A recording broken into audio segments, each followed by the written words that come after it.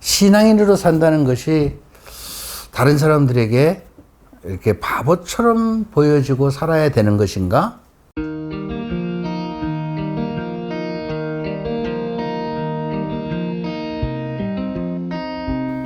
신앙생활의 꿀팁, 정치호 안드레아입니다. 오늘 72번째 시간입니다. 세상 속에서 사는 신앙인의 삶, 15번째 오늘 시리즈로 여러분들에게 이야기를 시작할까 합니다. 제가 말이죠, 30여 년이 조금 넘은 옛날 이야기입니다. 제가 캐나다의 어느 본당에 피정지도를 갔습니다.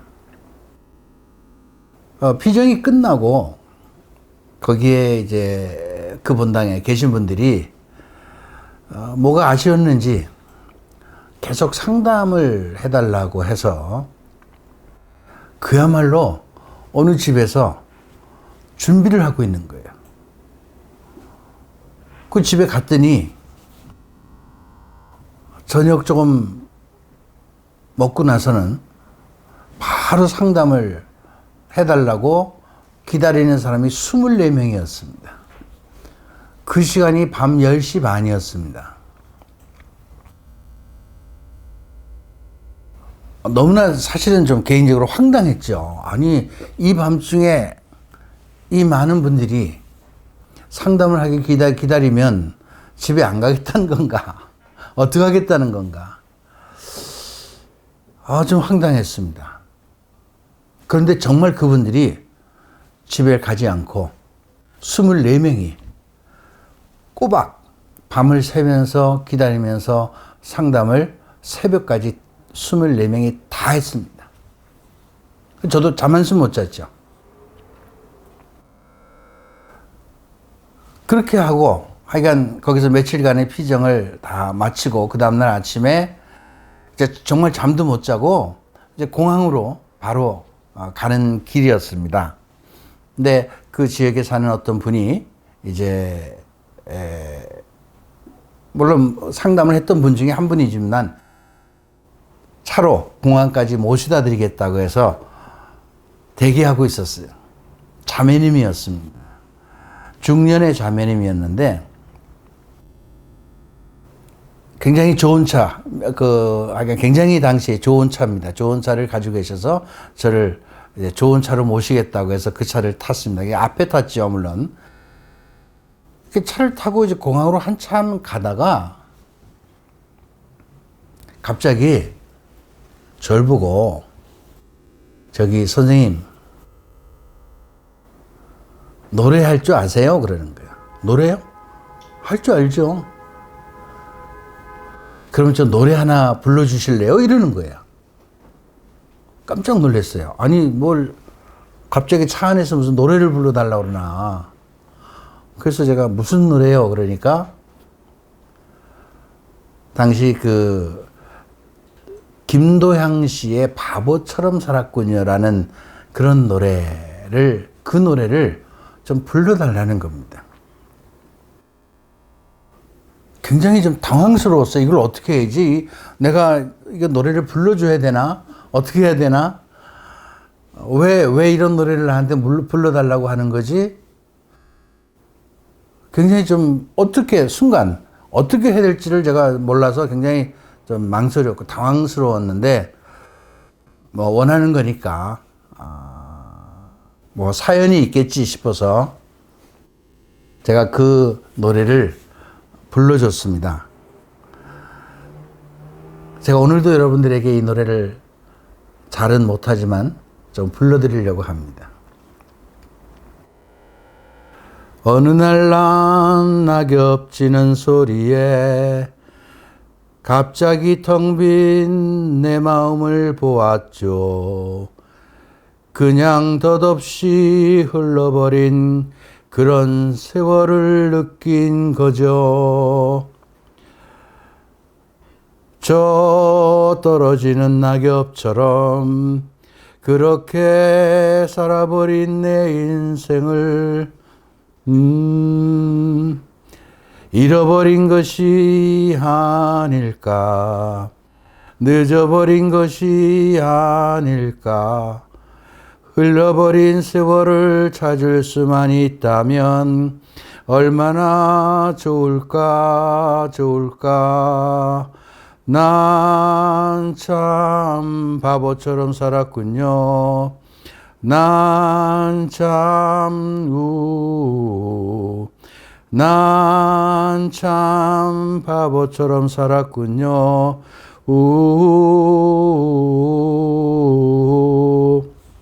제가 오래간만에 노래를 부르다 보니까 지금 목소리가 잘 안 나오네요. 음정도 틀리고 뭐 박자도 잘 안 맞고 어쨌든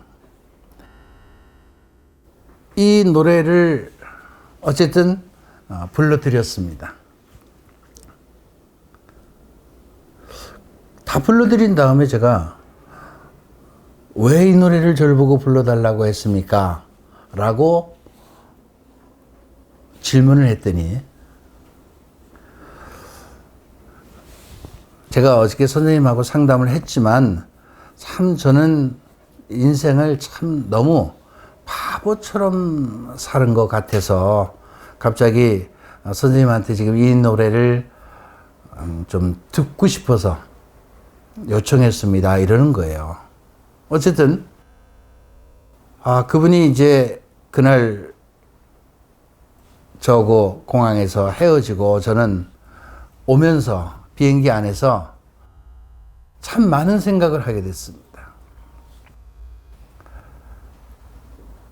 신앙인으로 산다는 것이 다른 사람들에게 이렇게 바보처럼 보여지고 살아야 되는 것인가?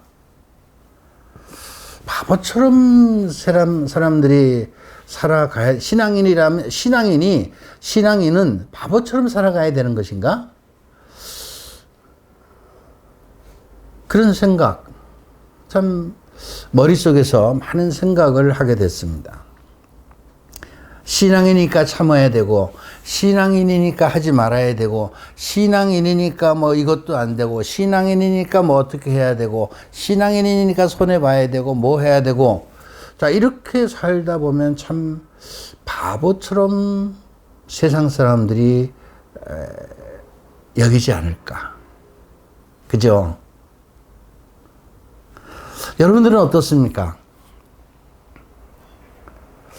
신앙인으로 살면서 정말 신앙인답게 살아가는 그 삶이 다른 사람들에게 바보처럼 보일까봐 두려워서, 그렇게 보이는 것이 싫어서, 자존심이 상해서, 아니면 그렇게 살고 싶지 않아서 세상 사람들하고 똑같이 살아가지는 않습니까? 똑같이 화내고 욕하고 거짓말하고 똑같이 그들이 하는 짓을 똑같이 하면서 내가 잘못하면 손해보니까, 잘못하면 내가 자존심이 꺾이니까 그렇게 살아가지는 않으십니까?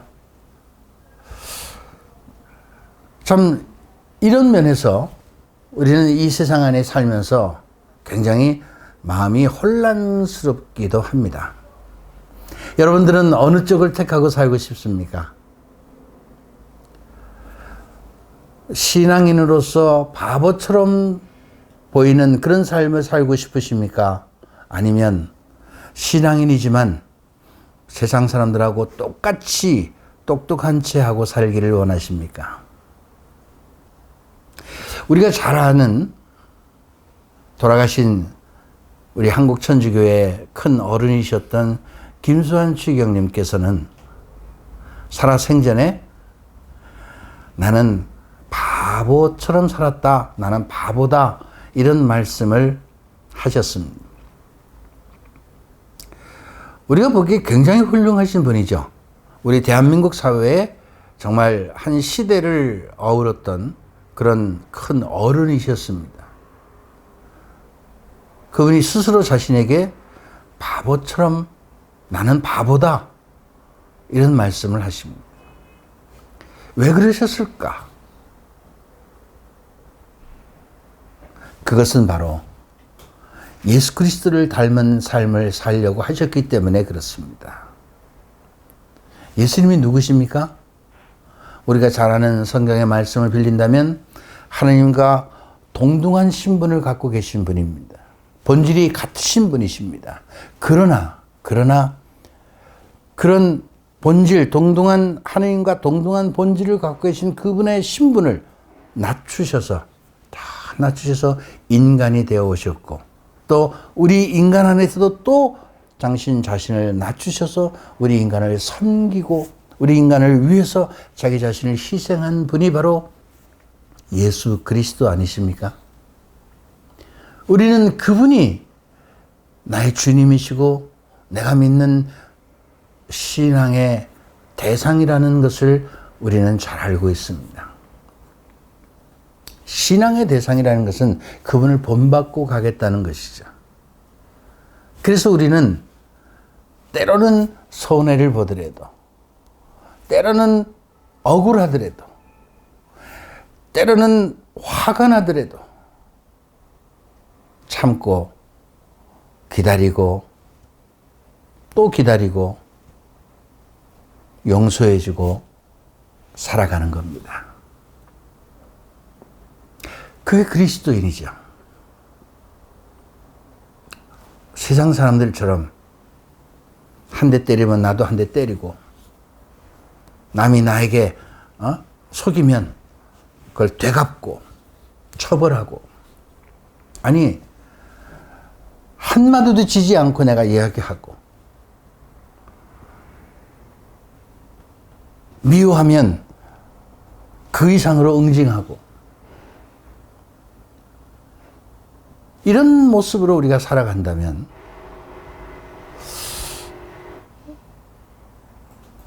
이 세상 사람들이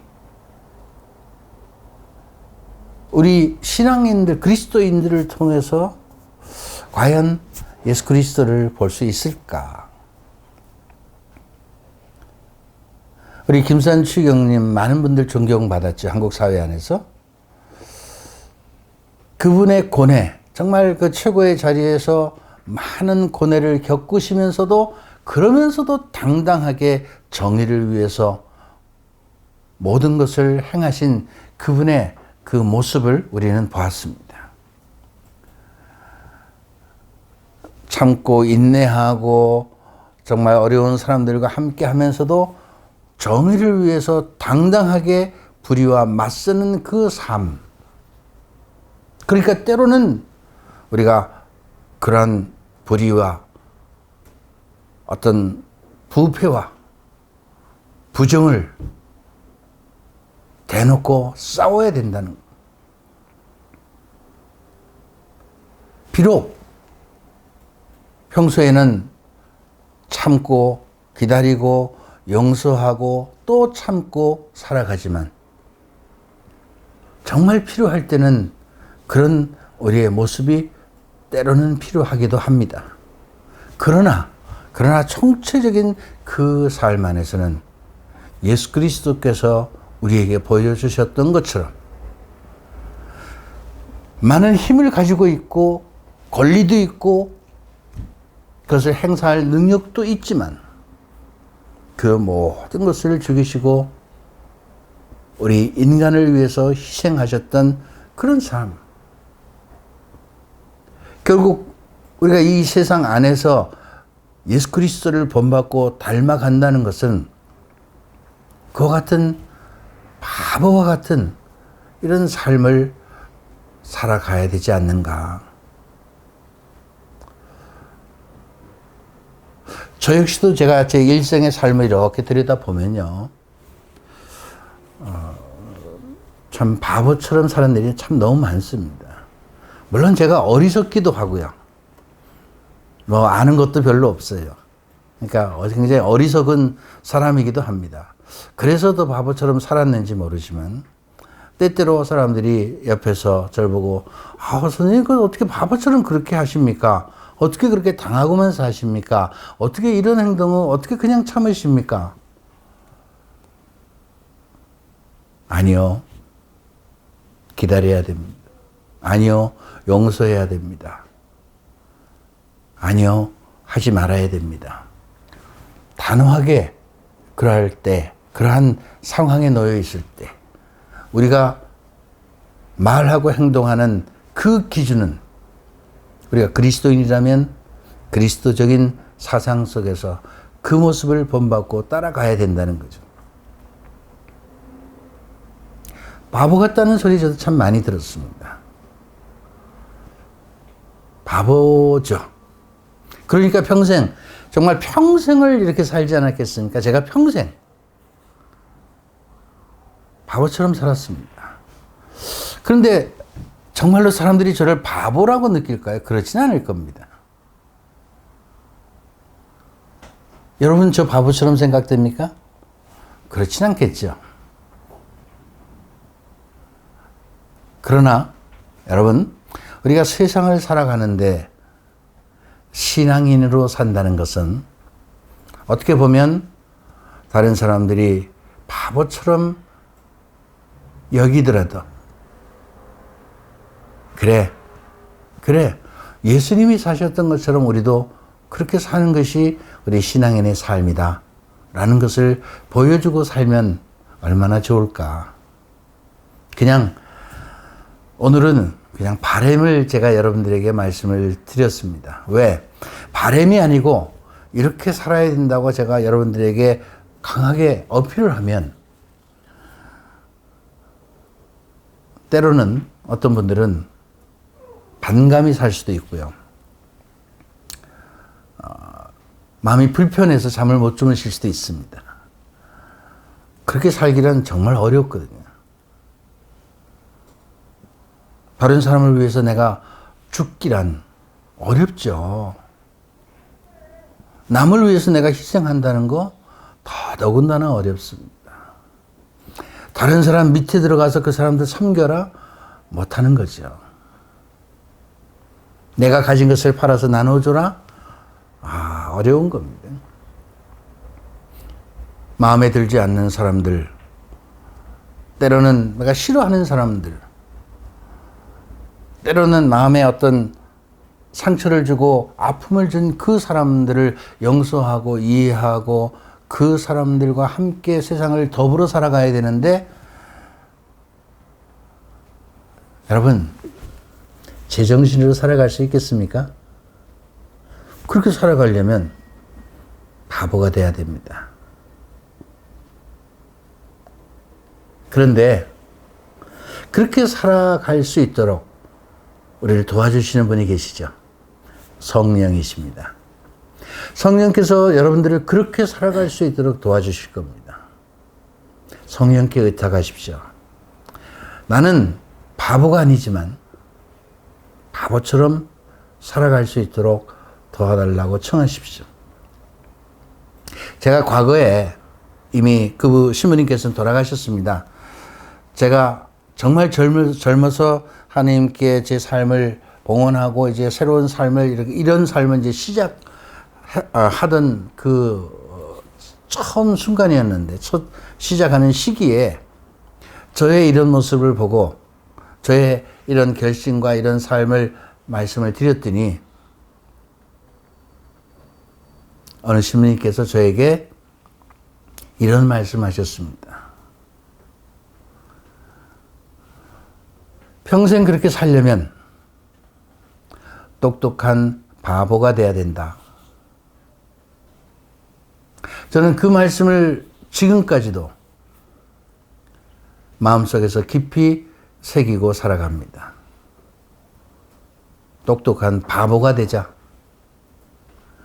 바보가 되는 것이 우리가 신앙인으로서 세상을 살아가야 되는 삶의 지혜로운 방법이 아닌가. 오늘 여러분들에게 그런 말씀을 드립니다. 오늘 여기까지 하겠습니다. 다음 주에 뵙겠습니다.